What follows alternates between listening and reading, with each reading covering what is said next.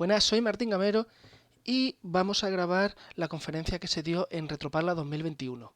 Debido a que se tuvo que hacer fuera del recinto debido a las restricciones del COVID, nos hemos visto obligados a grabarlo desde aquí. Actualmente, hoy es 29 de mayo del 2021 y bueno, sin más, vamos a empezar. Por si alguien no sabe quién soy, me llamo Martín Gamero Prieto, llevo la editorial que tiene el estudio y me podéis encontrar en casi todas las redes sociales o como Kaiser77 o como 3DFX Legacy. Todo esto viene de hace un par de años en el que presenté un libro. Debido a no encontrar editorial me vi obligado a abrir un Kickstarter y de ahí salió el legado de 3DFX. Después de estos 2 años y después de la pandemia hice mi segundo libro. De hecho, se puede decir que casi lo presenté en Retroparla y actualmente estoy en postproducción de mi segundo libro de gráficas, El legado de las olvidadas, que si todo va bien a final de año estará en Kickstarter. Bueno, pues si alguien no me conoce fuera de aquí, he coleccionado NES, colecciono GameCube, llevo bastante tiempo con temas de juegos antiguos y bueno, pues un poquito de todo. Sin más, vamos a empezar. Y como vamos a empezar, como siempre, empezamos con las fuentes. La mayoría de los vídeos y de las fotos que vais a ver vienen de los canales de Modern Vintage Gamer, que los recomiendo mucho, aunque está en inglés se puede poner con subtítulos y se entiende bastante bien. Luego también el canal Programar es Increíble, que de ahí he sacado una cosa referida al Wolfenstein. El canal de Ginchu, que es un desarrollador que va colgando vídeos sobre cómo está creando sus juegos y de los trucos y demás. Y para acabar tenemos el canal de Comparando Gaming, que básicamente lo que hace es correr el mismo juego en 2 plataformas y tú lo vas viendo. Es bastante interesante porque al verlo en movimiento puedes ver las diferencias. De hecho, después veremos fotos suyas. Fuera de esto tenemos la web segaretro.org, que yo creo que es una de las mejores web para información de Sega, y luego el blog de Urián, Disruptive Ludens. Por ser el último, no es el menos importante de todo, ya que es una de las fuentes más interesantes que hay en castellano.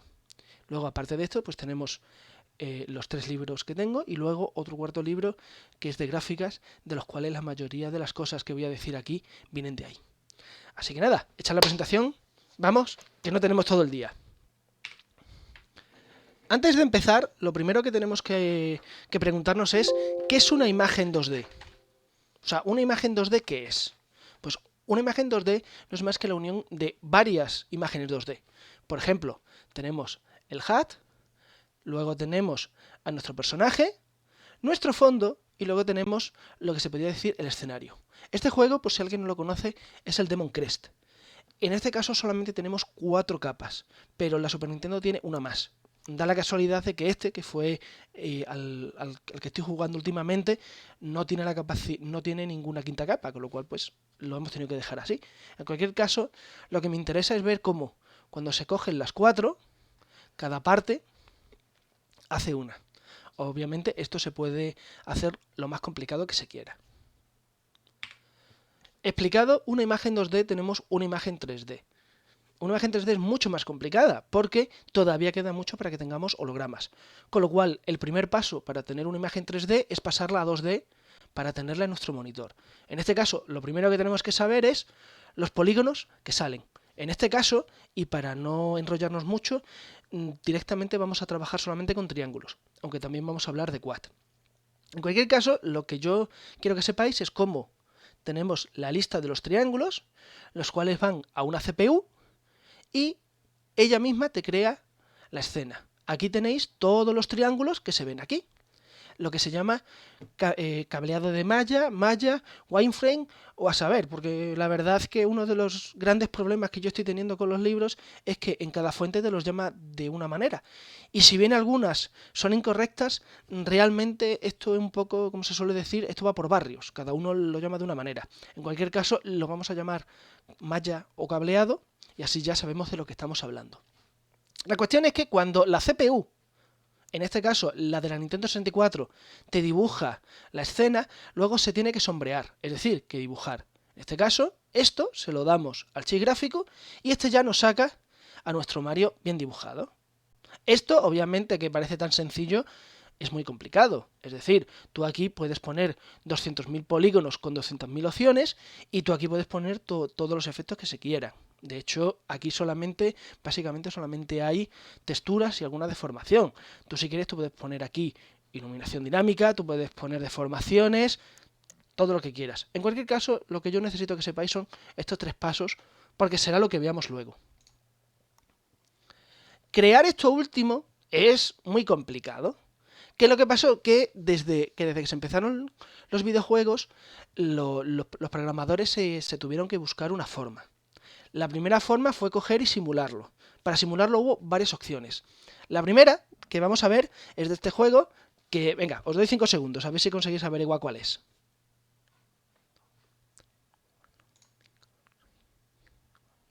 Bueno, ¿sabéis cuál es? Pues así es el Radar Scope.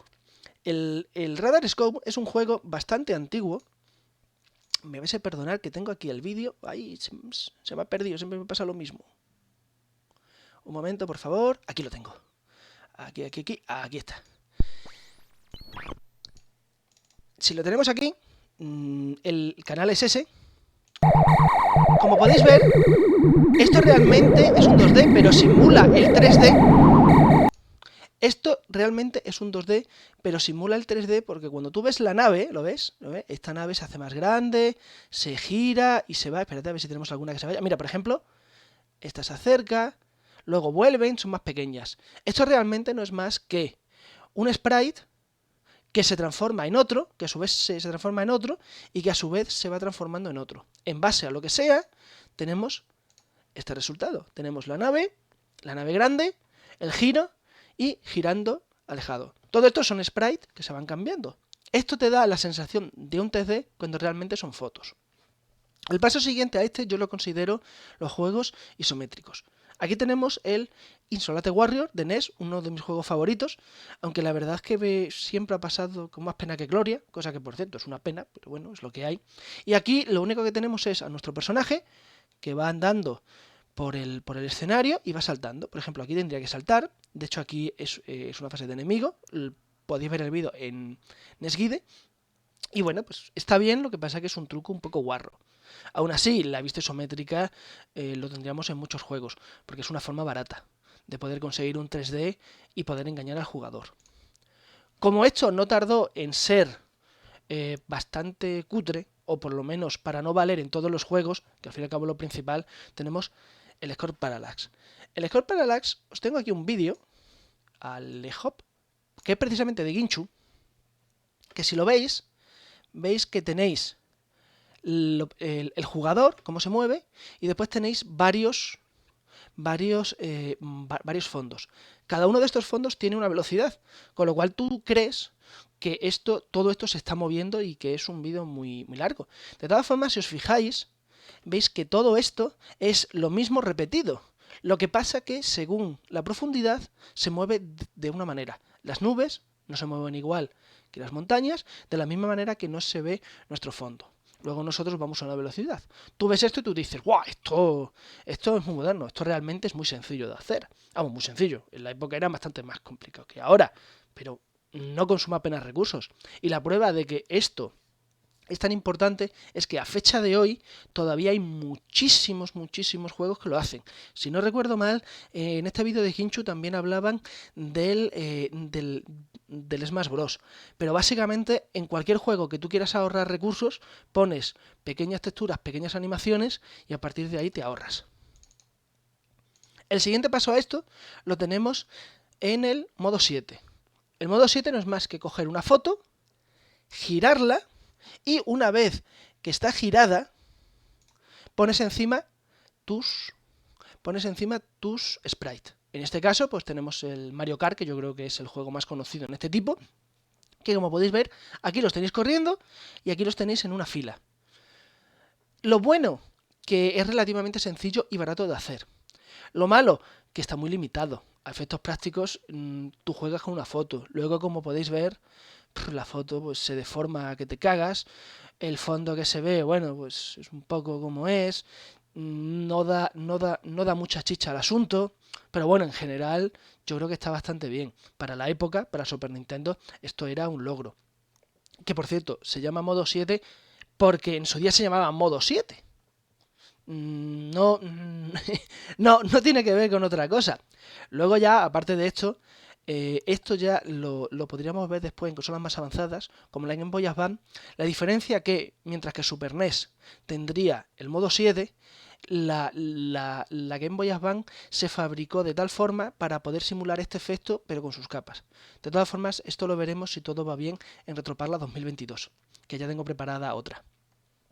Aparte de esto, viene el paso siguiente, que es coger y decir, bueno, si yo puedo coger una foto y girarla, o rotarla, o escalarla, ¿por qué no cojo yo y empiezo a poner un montón de fotos, por ejemplo, de un mono, de su compañero, del fondo del escenario, y las voy pegando? Porque la Super Nintendo y las máquinas sí pueden mostrar fotos de forma mucho más fácil que calcular un 3D.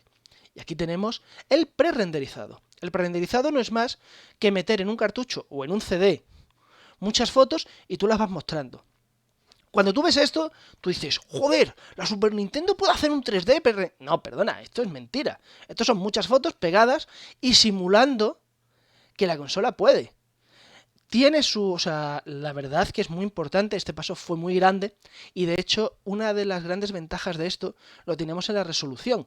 La resolución era tan pequeña que al fin y al cabo la consola podía con ella.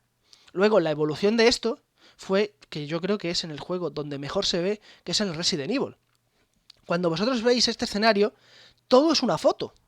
Lo único que no es una foto es un polígono invisible que simula la mesa para que no te montes en ella, y luego tienes los dos personajes, Jill y ahora mismo no me acuerdo, ¿cómo se llamaba el compañero? Que al final acababa traicionando. Bueno, pues aquí lo único que hay es esto. ¿Qué es lo que pasa? Que tú ves esto y tú te crees que todo es real, cuando realmente es una foto.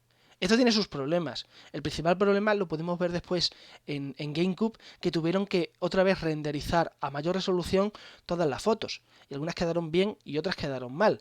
En cualquier caso, si tú tienes mucho espacio, ya sea en un cartucho o en un CD puedes meter 20.000 fotos, que nunca va a haber problemas. Mientras que en un cartucho pues puedes meter pequeñas fotitos y hacerlo. Para mí el Resident Evil es el juego donde mejor se ve el prerenderizado, aunque supongo que tú estarás pensando en otro.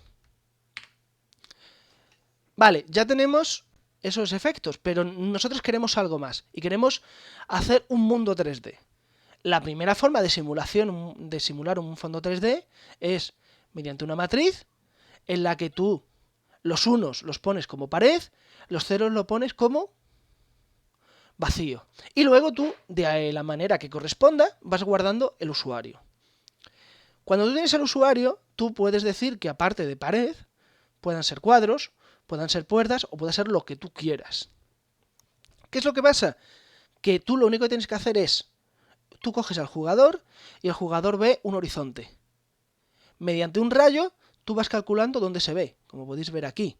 Y de aquí, esto es la pantalla. Una vez que vosotros tenéis la pantalla, solo tenéis que dibujarla, es decir, aquí. Cosa buena, es muy fácil de programar, es muy barato de hacer, pero tienes un problema, y es que realmente tú no estás haciendo un juego 3D ni un mundo 3D. Tú estás haciendo una secuencia de habitaciones, a efectos prácticos, un Zelda, que tú las unes y las tienes como un mundo, pero realmente no es un mundo. Como evoluciona esto, tuvimos el Doom. El Doom ya olvidó el nivel de habitación y fue al nivel de mundo. Por eso precisamente hay ventanas, puedes subir, aunque no hay pisos, pero por lo menos hay escaleras, o sea, hay cambios, que con eso ya se puede jugar bastante, pero ya por lo menos ya puedes jugar más. Y a esto se le llamó raycasting, que no es lo mismo que ray tracing, ahora que está tan de moda con las lucecitas. La cuestión es que cuando tú evolucionas el concepto del Wolfenstein al Doom, aquí ya puedes jugar mucho más, aquí ya puedes ver todo el escenario, puedes poner fondos, puedes poner realmente un suelo y un techo mucho más detallado, aunque bueno, esto también tiene sus pegas, es decir, mientras más cosas le pongas, más complicado es. En cualquier caso, la simulación ya no es suficiente. Y en el mismo 74, alguien ya dijo que quería un juego real. Los primeros juegos reales utilizaron lo que hemos dicho antes, el cableado malla o wireframe, perdón. En el mismo 74 se creó el primer juego, que se considera el Spacing. El Spacing no es más que un juego espacial en el que tú te pones ahí a dar vueltas y bueno, pues ves lo que ves. Esta la verdad es que tampoco... Vamos, yo me enteré de él cuando estaba haciendo esto. En el que yo siempre me he fijado, sobre todo para escribir entre soldados, demonios y polígonos, fue en el Maze War, que salió en el mismo año y que se considera el primer FPS. Este juego eran dos jugadores que en un laberinto tenían que buscarse y matarse. Cada vez que tú matabas al otro te daban un punto, pero cuando te mataban se lo daban a él. Aquí podéis ver el mapa, aquí podéis ver la localización y oye, para la época yo creo que estaba muy bien. El problema es que el juego pues es que tampoco daba para tanto. Pero antes de que os quejéis, estamos hablando en el 74. En el 74 en España, ¿cuánta gente podía saber lo que era un ordenador? Porque vamos, el primer ordenador yo creo que si no lo vi en los 90 poco le falta. Todo esto todavía le quedaba muchísimo. Y encima estamos hablando en sistemas básicamente propietarios, de los primeros. Que nadie lo hacía para jugar básicamente. ¿Qué es lo que pasa? Que ya en el 80, ya con la llegada de las consolas y más avances, ya se llegó al Battlezone. El Battlezone yo lo considero, mejor dicho, una evolución del Maze War. Pasamos a tener un fondo, que son las montañas, pasamos a tener objetos, como por ejemplo este se podría llamar erizo checoslovaco, que de erizo tiene poco, pero bueno, un objeto para molestar. Luego tenemos un planeta, el Score, luego tenemos aquí un tanque, que bueno, que vale, que son 4 rayas, pero chicos, hablamos en los 80, o sea, ¿qué queréis? El tema, que poco a poco esto se fue quedando muy obsoleto. La gente quería más. Y el primer paso que se dio fueron los polígonos planos.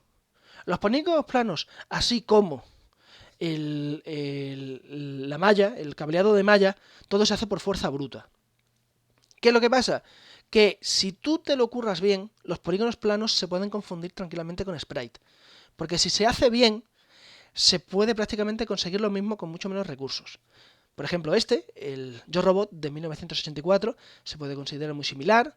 El Mercenary, básicamente es una evolución del Battlezone, pero ya por lo menos con colores, aunque bueno, tiene el truquito, que ya lo veremos luego, de poner una HUD, una interface muy grande. Pero luego ya en el 87 llegó el Falcon. El Falcon es un proyecto muy interesante, que de hecho tengo un programa desde hace un montón de tiempo para hacerlo con Casus Belli Podcast sobre la repercusión del 3D. En los años 70-80, la primera computación, ya cuando ya se empezaron a hablar de proyectos militares, eran simuladores. Como costaba mucho hacer un avión o poner un tanque a pasear, se pensó en un simulador. Los primeros simuladores costaban prácticamente lo mismo que su vehículo. La ventaja que tenía, que no consumía combustible, ni tenía mantenimiento. El problema, que requerías cierto personal aún más especializado. Con lo cual, pues, hay una pequeña guerra entre ambos de decir que, bueno, simuladores sí, simuladores no.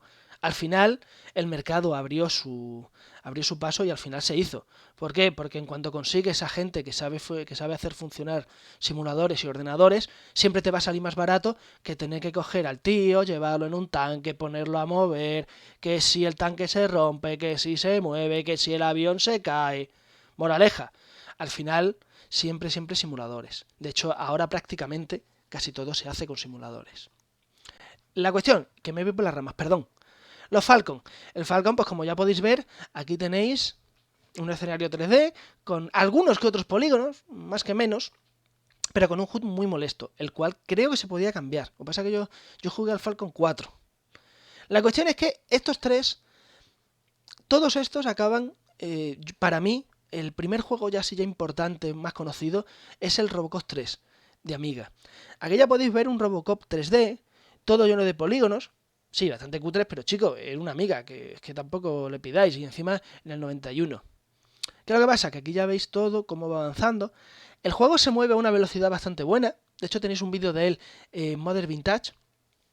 El problema que tiene, que es que, lo primero, La película de Robocop 3, si os acordáis, salió en el 93, porque se terminó en el 91, pero estuvo 2 años dando vueltas, con lo cual cuando se lanzó se comió un mojón y al final pues prácticamente acabó. O sea, no... Desde entonces, vamos, para lo que hicieron en el remake, bien se lo podían haber ahorrado, porque lo único decente es el actor, y para lo que hace, pero bueno, eso es otro debate. En cualquier caso, que fue el primer juego de Amiga, un juego con una protección y un juego bastante curioso. La cuestión es que sí, tenemos polígonos planos, pero nosotros queremos algo más. Y lo que queremos algo más nos llegó gracias a las consolas. Super NES y Mega Drive. Mega Drive se lanzó en 1988, mientras que Super NES nos llegó en el 90-91. Estas dos consolas, ellos vieron que el 3D ya empezaba a explotar. De hecho, si miráis datos de la época o podéis ver mis libros, veréis que ya en el 90 ya se empezaron a mover cierta gente. Los capitales de riesgo, que al fin y al cabo es lo que importa a 10 años vista, fueron cuando ellos ya estaban empezando a investigar. Muchas empresas de gráficas y de desarrollo de sistemas empezaron ya a caer porque vieron que ellos no podían. Y Nintendo y Sega, ante la llegada, tuvieron su paso. Como no podemos hacerlo por fuerza bruta, porque ambas consolas eran muy limitadas para la época y para lo que se quería, no me vayáis a ofender, que ya nos conocemos todos, ellos lo que dijeron, bueno, pues vamos a hacer un coprocesador. En Retroparla, uno de los chicos que estaban allí me preguntó que si los chips de Super Nintendo eran coprocesadores. Técnicamente sí lo son, porque lo único que hacen es ayudar con cierta tarea. Pero da la casualidad de que el Super FX, también conocido como Mario, que aquí tenéis la definición, realmente era mucho más que un coprocesador. Lo que hacía este chip era, se apoderaba de la Super Nintendo y lo único que hacía era coger la energía y mandarle los datos. Si vosotros os fijáis, veréis que los juegos de Super FX y de FX2 no tienen un tamaño tan grande como los normales, porque este chip tenía muchísimas limitaciones. Una de ellas era el tamaño. Por eso, por ejemplo, el Doom de Super NES solo tiene 16. Aún así, el Doom para mí es uno de los mejores Doom que hay. Es muy limitado, tiene un frame rate cutre y todo lo que vosotros queráis. Pero coñé, en una consola de 10.000 pesetas, ¿qué queríais? O sea, es que, vamos a ver, estás teniendo el Doom, un juego que sale bastantes años después, un juego que se planea para unas consolas mucho mayores. ¿Qué queréis? Esto de todas maneras lo pondré yo en un libro posterior referido a Argonaut. De hecho, me contó historias uno de los ingenieros jefe y es muy curioso cómo fue. Y bueno, ya me paro que si no me sigo yendo por las ramas, perdón. Como aquí no tengo límite de tiempo, me vais a perdonar, pero siempre me voy bastante más. La cuestión es que mientras que Nintendo hace esto, Sega dice que no se puede quedar atrás. Y Sega, en vez de crear un procesador gráfico, o mejor dicho, un procesador que solo hace cuestiones gráficas, él prefiere tirar por un coprocesador. Un DSP. Digital Signal Processor. Procesador de señales digitales. Es de Samsung, no está mal, pero presenta dos problemas. El primero, que no tiene texturas, así como el Super FX, son muy caros. El Super FX tiene un coste aproximado de unos $10, entre 8 y $10, es lo que yo he podido. Mientras que el de Sega, SVP, costó 40.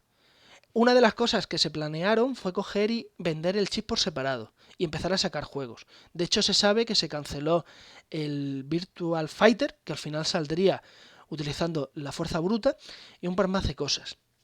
En cualquier caso, el chip SVP fue un desastre, así como el Super FX por dos razones.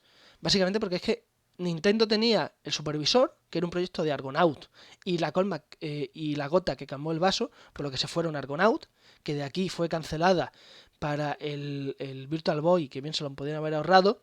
Y aparte de eso, que es que también tienen la Nintendo 64 detrás, con lo cual era tontería. Sega, por su lado, lo hizo todavía peor, porque Sega en esa época lo único que sabía era sacar cacharros sin ton ni son. Aparte del Mega CD y las infames juegos de vídeos, FMV, no se conformó con eso y sacó la Z, la 32X, Y que conste que yo la 32X la defiendo mucho. Yo, si hubiera salido en su momento, un par de años antes, yo creo que nos hubiera dado muchas alegrías. Y aparte de eso tenemos la Saturn, que va a ser la siguiente. ¿Qué es lo que pasa? Que Nintendo y Sega vieron el problema. Como hemos dicho, por software no se podía hacer, los coprocesadores eran un coñazo y se necesitaba chips gráficos. Los chips gráficos para poder manejar texturas, corrección de perspectiva y buffer Z. Las texturas las podemos ver aquí. Estos son los dos primeros juegos que se consideran que fueron los primeros. Aquí tenéis el Ultima Underground. Como podéis ver, tiene incluso mejores texturas que el Doom. Pero es que esto tiene truco. El Doom, se cuenta que cuando John Carmack vio este juego, se quedó con la mosca detrás de la oreja y le dijo a sus compañeros: mira, no os preocupéis, que yo puedo hacer esto y más barato. Y encima más rápido. Y fue. Puede que no tuviera la misma calidad, pero es que esto es pantalla completa y una gran rapidez, mientras que un juego de aventura gráfica no requiere ni rapidez ni requiere toda la pantalla. Porque mirad, aquí tenéis una parte de la interfaz, aquí tenéis al nota con sus historias y aquí tenéis textos. O sea, básicamente te estás quitando la mitad. Tú aquí se lo podías quitar. O sea, que es que realmente este juego hace trampa. Aún así fue el primero, aunque la gente no lo sabe, realmente fue el primero. Luego también en velocidad, tú vas aquí con la escopeta y venga, a matar. Mientras que tú aquí vas pasito a pasito, saltando, poniendo. ¿Qué es lo que pasa? Que una vez acabada con las texturas, tenemos el buffer Z. El buffer Z consiste en la distancia que hay el objeto. Por poner un ejemplo, cuando vosotros vais en coche y veis el aviso este que hay cada 50 metros, para que tú puedas ver eso, tu ojo lo que hace es que va guardando dónde está esa distancia. Por ejemplo, si ese aviso está a 50 metros y vosotros andáis 2, se ponen 2 más, en vez de estar 50 estaría a 48. Tú te acercas. Y se necesita guardar eso para que tú sepas que, por ejemplo, si hay un coche delante, tú veas el coche, tú no veas el objeto. Es una cosa bastante simple, pero muy necesaria. Y para acabar tenemos la corrección de perspectiva, que aquí tenemos 4 fotos. Como no lo vais a ver, aquí os traigo yo un vídeo, el vídeo de donde saqué esto, que lo vais a ver mejor, mirad. Esto es sin corrección de perspectiva. Como podéis ver, el suelo parece que está machacado, la luz, pues bueno, pues hace lo que puede. Si os fijáis bien, aparte de que el suelo se hunde, las columnas no son tan rectas, parece que bailan. Bueno, la pared, pues ni os cuento, ¿no? Lo veis, parece que se enrolla, parece... A mí siempre me ha recordado a los vídeos donde se habla de los agujeros negros y todo eso, que lo deforma, ¿no? O sea, es cutre, pero bueno, oye, es que era lo que había, ¿no? Por el contrario, si vemos un vídeo con corrección de perspectiva, podéis ver que la mayoría de los errores se han ido. Realmente no se van todos. De hecho, ni siquiera en los juegos actuales se van todos. Solamente se mejora mucho. Por ejemplo, la pared, la veis que no se deforma mucho, solo tiene algún pequeño defecto. La luz da un efecto correcto. El suelo no se hunde. O sea que todo esto se tiene que hacer. Y de hecho, esto sería la guerra que habría. Y como hemos dicho, estas 3 cosas necesitan un chip gráfico. ¿Y el chip gráfico cómo se consigue? Pues se consiguió en la siguiente generación. Ah, perdón. Aquí tenéis un ejemplo gráfico de dónde están. ¿Qué es lo que pasa si no ponéis corrección de perspectiva? Hay un vídeo, esto lo descubrí por Ginchu, tenéis el vídeo abajo. Es uno que lo que hizo fue con un emulador cargarse la corrección de perspectiva en este juego. Esto que vosotros veis, estos cuadrados, son estos mismos, pero mirando para vosotros. Como podéis ver, los cambios son enormes. O sea, que vosotros fijar la importancia que tiene. La cuestión es que, como hemos dicho, ya teníamos las 3 consolas. Aquí tenéis todas las características importantes. De aquí, lo que me interesa a mí que os quedéis es con los 2 chips gráficos de la Saturn, con la GPU de la Play y luego con la memoria RAM de la Nintendo 64.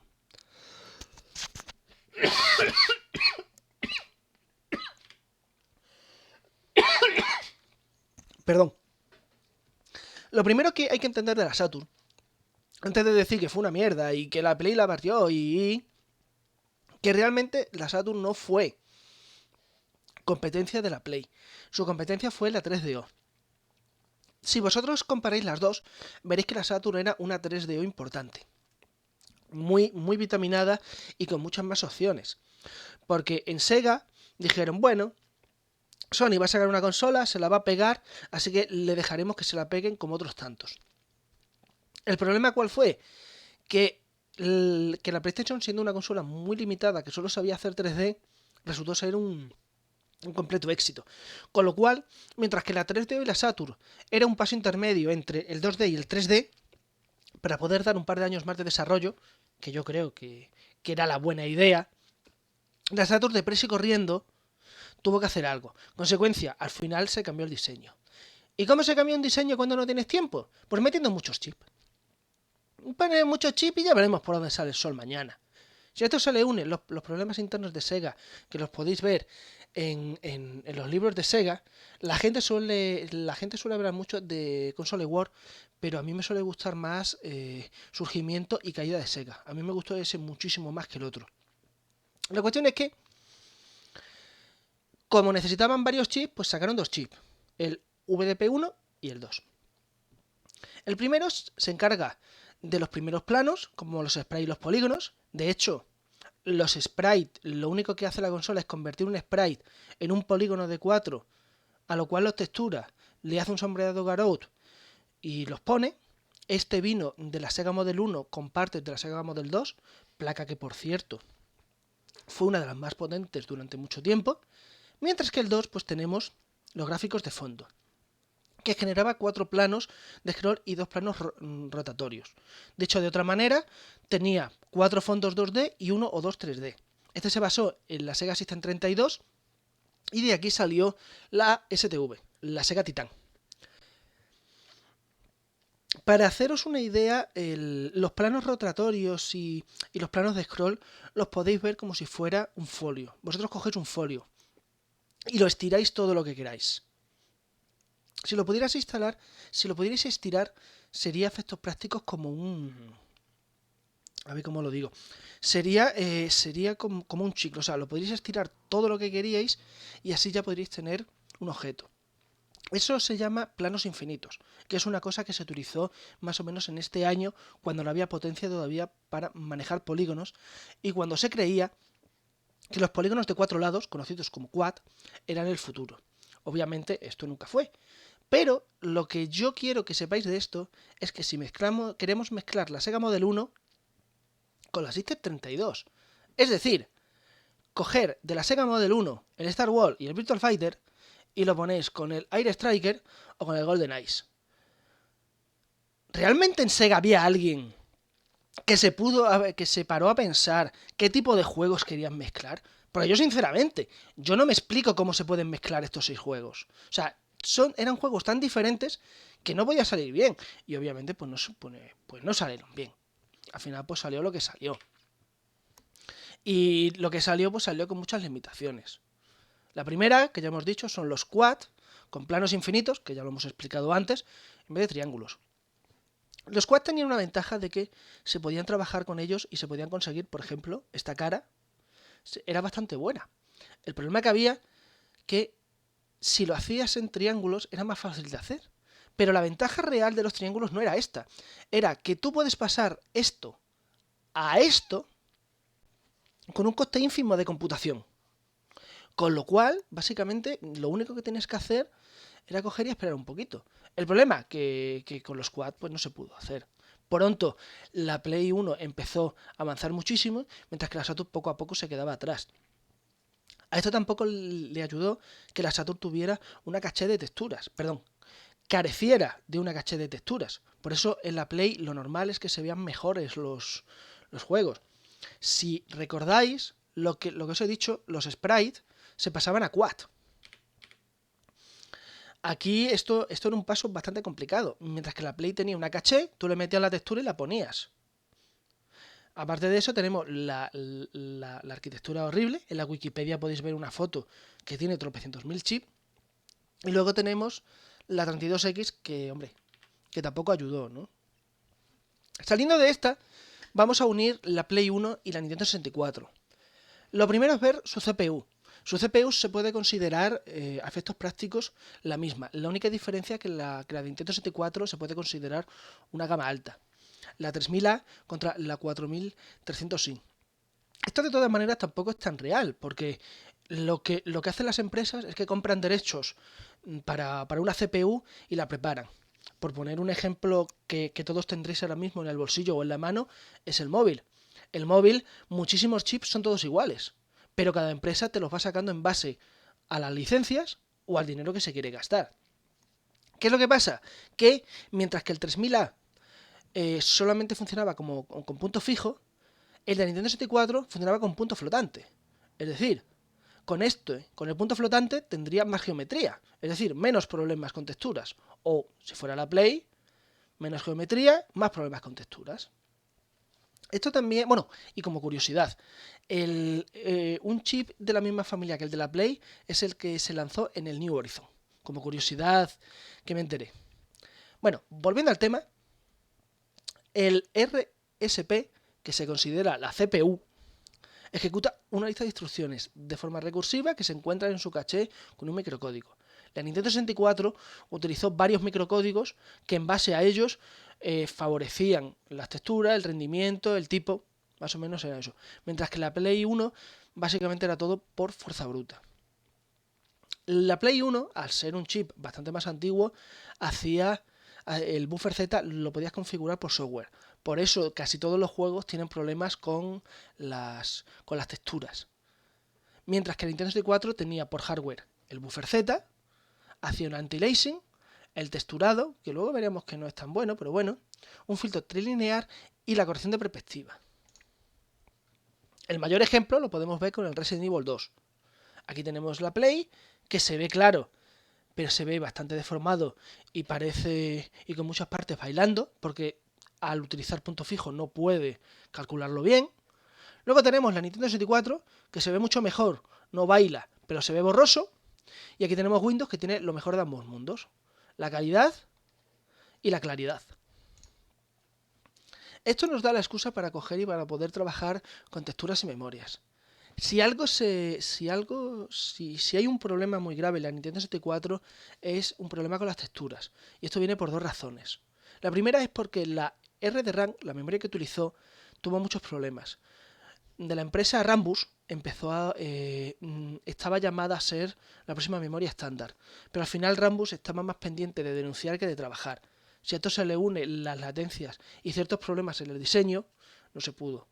Esto se intentó arreglar con el expansion pack famoso de la Nintendo 64, pero no se pudo arreglar. ¿Por qué? Porque las texturas tenían que ser de 256 por 256 y por 16 bits de color. Es decir, se necesitaba una caché de 128. Y Nintendo, en su sabia sabiduría, solo puso uno de 4. Moraleja, o lo cargas desde el cartucho, que es mucho más lento, gastando mucho dinero, o lo cortas en varias partes. Si no los cortas, pues aquí tienes lo que pasa. La vas deformando hasta que al final te queda una basura. Bueno, es una limitación. ¿Qué es lo que pasa? Que PlayStation no tuvo esos problemas. Al no tener un cuello de botella y utilizar CDs, no tuvo problemas. El problema que tuvo fue que como todo lo hacía por software y que le faltaban varias partes por hardware, deformación de texturas y lo que yo llamo polígonos saltarines, los cuales los podemos ver en su demo más famosa. Mirad, si por ejemplo, ahí, mira, ¿lo veis? Aquí, ¿veis que esto se mueve? ¿Veis que entre comillas, la pierna se une con el cuerpo? Ese es el fallo más famoso. Nosotros hoy en día esto nos quejamos mucho, pero en la época y por lo que costaba una Play 1, ¿qué más queríais? ¿Lo veis? ¿Veis que también se junta? Y bueno, pues era lo que había, ¿no? No se podía. Dicho todo esto, para que os hagáis una idea del cambio de paradigma que fue entre la Saturn y la Play 1 y Nintendo 64, como hemos dicho, se leen las primitivas, es decir, los polígonos, se dibujan en secuencias según su profundidad y se aplica un sombreado. Este es el estándar. La Saturn, como venía de la 3DO, atención, el primer chip lo dibujaba en el buffer de imagen que le correspondía. Como había dos, estaba el delantero y el trasero. Según la fuente, lo normal es que El primero tenía uno al que se le llamaba delantero y el segundo pillaba el trasero. Luego se iban cambiando. Pero hay algunas fuentes que dicen que básicamente cada uno trabajaba de una manera. Yo eso ya os lo dejo que lo investiguéis. Yo solamente digo cómo funcionaba. La cuestión es que el primero lo guardaba en su buffer. El segundo tenía que tomar el resultado, copiar el contenido y empezar a trabajar con él. Es decir, sin contar los problemas como las transparencias que daban, porque las transparencias eran incompatibles, sin contar los problemas que había y las limitaciones, añadías latencia, copia de contenido por duplicado, fallos en la sincronización, porque tú no podías trabajar con el segundo chip hasta que el primero hubiera terminado, con lo cual tenías que sincronizarlo. Esto implicaba que tú te tuvieras que buscar la vida para que, mientras que el primero, por ejemplo, hace una transparencia, el segundo pusiera un fondo. El problema que es que después tienes que juntarlo y aquello, pues esto sería un chocho. Así que, resumidas cuentas, que esto era un desastre. Y al final se vio que esta era la forma mejor. Que por cierto, esta forma es la que se hacía en las estaciones de trabajo. Ni Sony ni Nintendo descubrieron las Américas. Todo esto nos da una diferencia entre la Play y la Saturn. En cualquier caso, aquí os tengo yo algunas fotos que me vais a... que os la tengo aquí. Esperaros un momento, a ver. Ahí, un momento, por favor. Aquí tenéis el Tomb Raider de Saturn, mucho más claro, mucho mejor fondo, mientras que la Saturn, pues hombre, vosotros fijaros, chavales. Es que fijaros aquí el anti-aliasing, es que madre mía. Y luego fijaros, esto se nota que son pisadas y esto, pues bueno, pues son... ¿Qué queréis que os diga? No hay mucho por donde sacar, ¿no? Aquí lo podemos ver mucho mejor. Estos son patas, bueno, estos son pisadas, que yo diría que son de un perro gigante. En fin, si no recuerdo mal, creo que era un oso. Pero es que estos son manchurrones, es que no se podía. Fijaros la cabeza, que esto da la sensación, sí o no, de un pelo, bastante cutre, pero es un pelo. De que aquí, pues, era lo que era. Las piedras, pues ya ni os cuento, ¿no? Luego aquí el problema que había, que como luego veremos, los quad tienen muchísimos problemas con las colisiones. Aquí tenéis uno de los mayores ejemplos. Ella en PlayStation podía pasar, mientras que aquí pues pasaba pues, por la mitad del piano. Los fondos, como podéis ver, estos son manchurrones. Esto, bueno, no es que sea perfecto, pero era, ¿no? En el Croc, pues 3/4 de lo mismo. Esto lo he puesto, si no recuerdo mal, por los fondos. Fijaros la cosa esta y fijaros lo bien que se ve aquí. El árbol, que bueno, que sí, bueno, puede que se vea mejor, pero es que este se ve muy cuadrado, mientras que este tiene sensación de profundidad. El suelo, esto tiene sensación de césped. Este, bueno, pues sí, de césped tal. El bicho, bueno, pues el bicho pues aquí está un poquito más cuadrado. En general se nota mucho, ¿no? Luego ya aquí pues tenemos, como hemos dicho, el Resident Evil. Sí, vale, puede que el fondo se ve un poquito mejor a costa de, pero es que este se ve mucho mejor. También os digo que en la Play 1 diferenciar un culo de una cara era complicado, pero en ambos casos más o menos era lo mismo. Aquí, pues aquí vemos un primer efecto. Fijaros, Barry, eso, que no me salía, perdón, Barry, cómo se ve aquí, que parece que sufre el mismo problema de la Mega Drive, que se ve con colores demasiado vivos, demasiado saturados, mientras que aquí, pues oye, pues no llama tanto la atención, ¿no? Fijaros que aquí parece que está mejor, o sea, la iluminación parece más real, vamos, incluso la sangre, pues aquí no sabemos por qué hay un chorro más raro, vamos, que no se puede. Luego aquí, pues este lo he puesto por el perro, para que veáis que aquí el perro más o menos se simula, mientras que aquí, pues, es que otra vez los colores muy saturados, es que no merece la pena. Este es el Exen, que lo he puesto porque fue una de las cosas que se me quedaron pendientes para el segundo libro que espero sacar de software, donde veis que, ostras, aquí por ejemplo es al revés. La Saturn, al tener más potencia y este juego al no ser totalmente 3D y al poder funcionar con sprite, fijaros que se ve bastante mejor el mazo. Se supone que va un poco mejor, hay un debate ahí, pero bueno, más o menos Como podéis ver, este en general es al contrario. Aún así, ¿quién jugaba en la Saturn al Exen o al Heretic? Nadie. Todo el mundo tiraba de PC. Aquí, pues si vemos un efecto más cercano, podéis ver el mazo cómo se ve mejor, el interfaz también se ve mucho mejor que la Play, pero luego ya cuando te ves aquí el interruptor, perdón, pues hombre, luego aquí la pared pues también daba problemas. De hecho, como después veremos, el problema que tenía la Saturn era que cuando tú te acercabas mucho a un objeto, la pared se tenía que dividir en quad. La Saturn moría literalmente de rendimiento, con lo cual, pues oye, pues te quedabas ahí un poquito de cualquier manera. Aquí, pues aquí tenemos a las gárgolas estas asquerosas, que bueno, aquí ya lo veis, aquí ya la cosa cambia.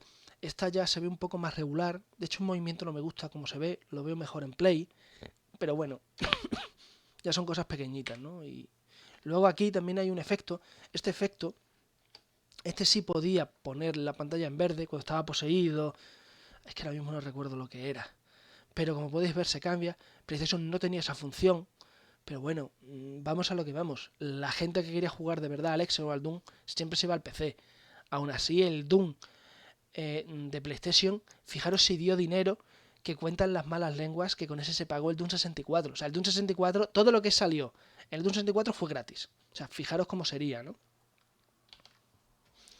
Todo esto, ¿para qué nos sirve? Pues nos sirve para coger y para decir que el... Bueno, esperaros que tengo yo aquí uno. Aquí tenemos el Alien Trilogy, que es justamente el caso contrario. Como podéis ver aquí, incluso en Play incluso se ve un poquito mejor, en Saturn se ve un poco más claro, o sea, es un caso un poquito raro, ¿no? Es un poquito más diferente, ¿no? Es... Luego aquí lo que pasa, por ejemplo, aquí el bicho este se ve demasiado oscuro, aquí se ve mejor, puede que aquí se ve con un poquito más de detalle, pero aquí con un poquito menos. Es un juego, el Alien Trilogy de hecho es un juego que lo he añadido porque si lo jugáis en PC, yo creo que lo podéis utilizar prácticamente como beta tester. O sea, si el Alien Trilogy funciona bien con vuestra gráfica, quedárosla. Si no, huir. El efecto de las flares, ¿cómo se dice en castellano? Esto que se pone para las flares, esto que se pone de luz para señalizar. Bueno, perdón, ahora mismo no me acuerdo. Esto que se lanzan los aviones para poder evitar misiles, para poder señalizar dónde estáis. Todos esos, si eso funciona bien, la gráfica merece la pena. La Matros Mystique, algunas S3 y algunas funcionan fatal. Ese es el truco que hay para poder. La cuestión es que, ya acabando, tenemos que la Saturn es más potente que la Play, que los triángulos son mucho peores que los quads son mucho peores que los triángulos. Los planes infinitos fueron poco prácticos. Si recordáis, hemos dicho antes que teníamos 4 fondos y muchas historias. Cuando tú hacías muchas cosas con eso, corrías el riesgo de que la Saturn no lo pillara bien. Con lo cual te tenías que crear un polígono invisible para que hiciera el trabajo. Ese polígono invisible a la Saturn la mataba en rendimiento. Moraleja, los planos infinitos eran una complicación. Tenemos el problema de las paredes y el rendimiento, que ya lo hemos dicho antes. Y luego también una ventaja que tenía la Saturn era respecto a los sprites. Como a efectos prácticos los sprites eran quad, la Saturn funcionaba muy bien. La Play, por el contrario, tenía que juguetear un poquito con ellas. La gente dice que la PlayStation no podía jugar con sprite. Esto es falso. Se pudieron, sobre todo en los últimos SDK que dio Sony. El problema, que tenían que básicamente lo que hacían era convertir los sprites en polígonos. Y esto no funcionaba tan bien, pero bueno, daba el apaño. De hecho, podéis ver los King of Fighter, el King of Fighter 95, creo que por la época. Recuerdo de un programa de Paul Podcast donde hablaban de él, que bueno, que tenía sus limitaciones, pero que está bastante bien. Y luego, aunque hemos dicho que la Saturn era más poderosa en fuerza bruta que la Play, la tasa de relleno era mucho menor. Por eso los juegos de Play siempre tienen más geometría y más textura que la Saturn. Las transparencias eran muchísimo peores, pero el sombreado Garou era siempre mejor en Saturn. Por eso algunos juegos se ven mejor. La Saturn, al utilizar Quad, como hemos dicho, necesitaba sus propios motores. Tú hacías el motor para la Play y después lo cambiabas, bueno, para Play o para PC o para lo que fuera. Luego lo tenías que poner en Quad. Yo, por lo que yo he estado investigando, este fue un problema bastante básico. Muchísimas aplicaciones hasta finales de los 90 siguen utilizando Quad. Incluso cuando ya el DirectX se sabía que solo iba a funcionar con triángulos y ya se había establecido, algunas aplicaciones seguían. Tener en cuenta que estamos hablando de aplicaciones que costaban 10.000, 20.000 euros. Perdón, dólares, que siempre me equivoco. Incluso algunas aplicaciones que de segunda mano se vendían por $1.000 se seguían utilizando porque era la forma más barata. No todo el mundo podía tener un 3D Studio, no todo el mundo podía tener un Maya. Con lo cual, pues al final, pues cada empresa pues hacía la guerra con lo que tenía. ¿Esto qué daba? Pues esto daba problemas. En la Saturn, la emulación de la Saturn prácticamente es exactamente igual en rendimiento y en necesidad de recursos que la Dreamcast, siendo la Dreamcast muchísimo mejor. También es verdad que la Dreamcast, como funciona con una tarjeta de Videologic o Imagination Technology, cambiaba, pero a efectos prácticos era lo mismo.